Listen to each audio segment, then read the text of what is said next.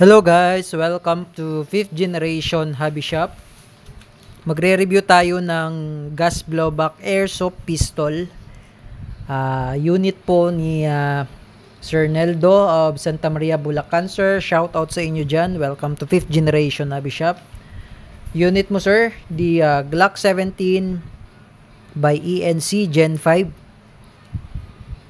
So ito po yung kanyang box. Yan. AC1102 Black ENC brand Gen 5. Okay. Comes with Pop Dyno green gas number 12 standard power, and also comes with 0.23 grams 4,000 shots airsoft BBs. Okay, plastic BBs. So bali kasama na po sa package bala at saka gas.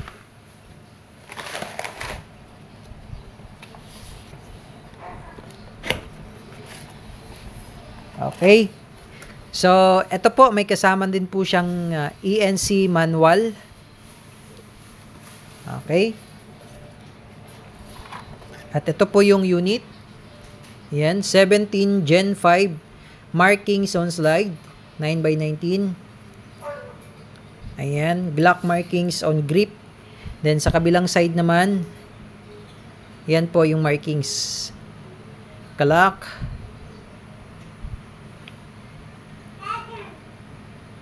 Yan. So, this is ENC brand po. ENC brand. So, ang ENC po is China brand. Okay, this is the magazine. 24 rounder capacity po. So, hinigpitan ko na po yung mga bulb nito, sir. Sir Neldo. Yan, mahigpit na po siya. Check din natin tong inlet. Okay. And also, yung screw, hinigpitan ko na rin po yan. Ayan. 24 rounder capacity po, yung magazine. Meron din po tayong available na magazine ng ENC. Meron din po tayong available na magazine na WE. Compatible po siya sa WE magazine. Okay? Extended or standard. Okay?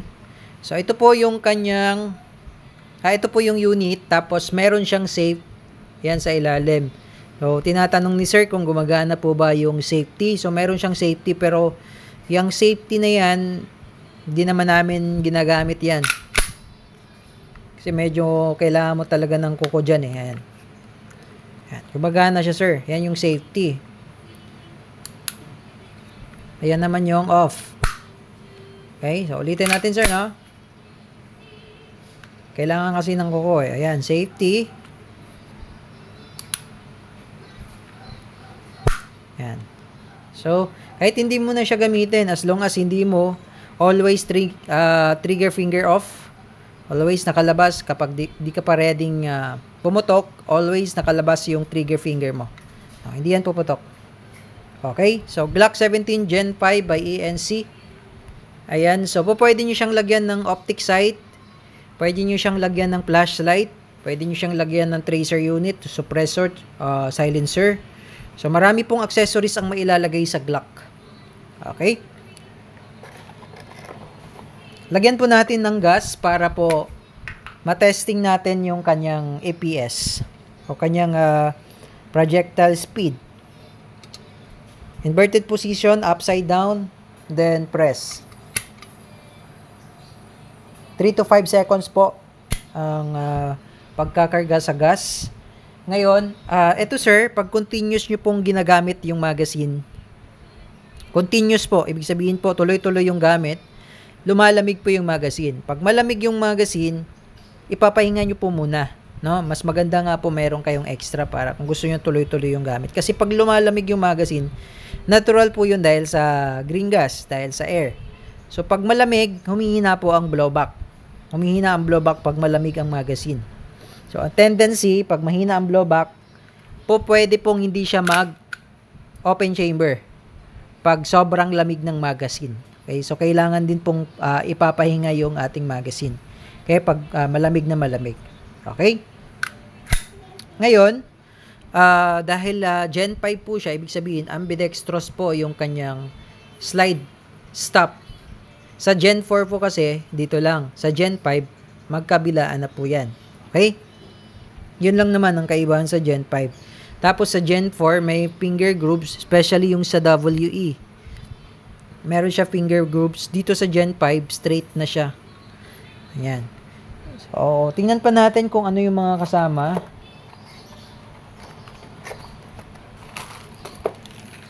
Okay, this is just a silica gel. And the backstrap. Dalawang backstrap po yan. So, kung gusto nyo pong ilagay sa grip, kunwari malaki yung kamay nyo or baka malaki yung kamay nyo, pwede nyo po siyang lagyan ng backstrap.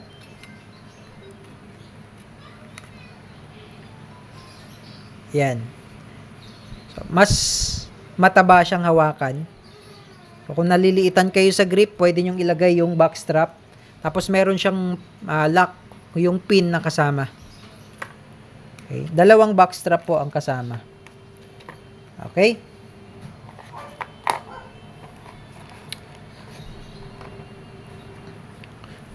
So, maglagay tayo ng bala.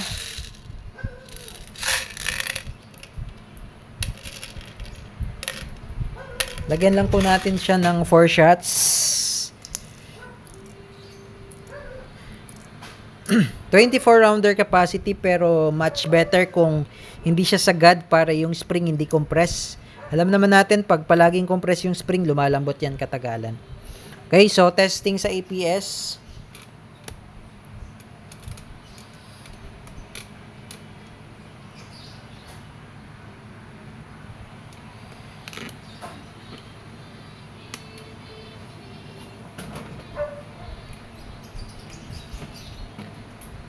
Okay, I'm using the number 12 na green gas, the standard power. Okay, so Sir Nildo of Santa Maria, Bulacan, sir, this is your unit, the Glock 17 Gen 5 by ENC. Okay, chronograph testing. Pairing. Okay, 320.7. 320.7.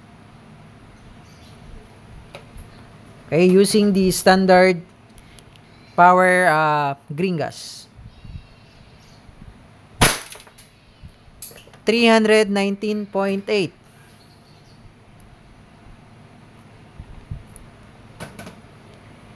Okay. 320.4.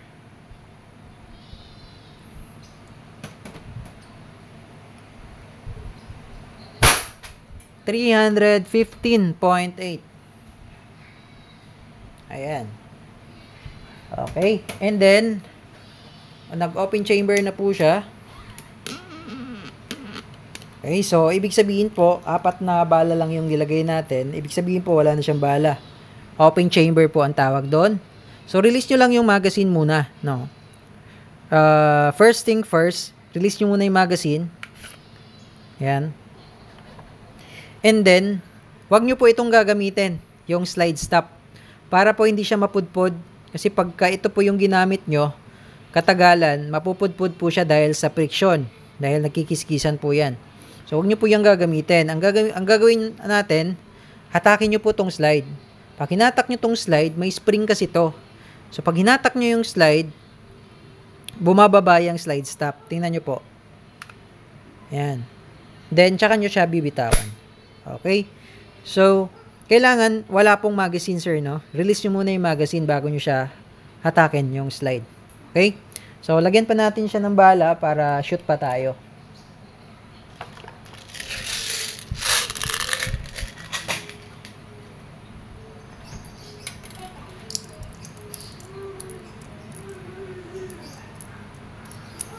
Okay, 7 shots. So, ngayon, hindi ako magkakarga ng gas dahil meron pa naman siyang gas. No? Indicator na meron pa siyang gas. No? Hindi yung kada load mo ng BBs, load ka rin ng gas. Huwag pong ganun. Antayin nyo pong maubos yung gas bago kayo mag-load. Kasi pag load kayo ng load, mag-overcharge. Hindi rin maganda sa gas blowback pistol natin, sa system ng unit. So, malalaman natin pag meron pang gas, diinan nyo lang to. Huwag nyo siyang didiinan talaga. Yung kapakapal nyo lang, kapakapain nyo, pagka matigas, ibig sabihin may gas pa po. Okay, testing. Okay, Sir Neldo of Santa Maria, Bulacan, sir, testing ng inyong unit, Glock 17 Gen 5 by ENC. ENC brand po, gas blowback. This is an airsoft pistol, okay? Firing.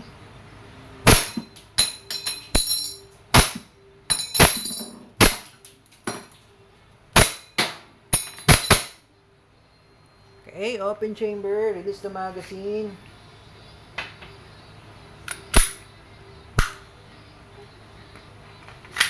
Okay, Sir Neldo, okay na po ang inyong unit. So, kung may question po regarding sa inyong unit, message lang sa aming Facebook page, 5th Generation Hobby Shop, or tawagan kami sa aming mga contact numbers, official contact numbers. Thank you, sir, and have a nice day.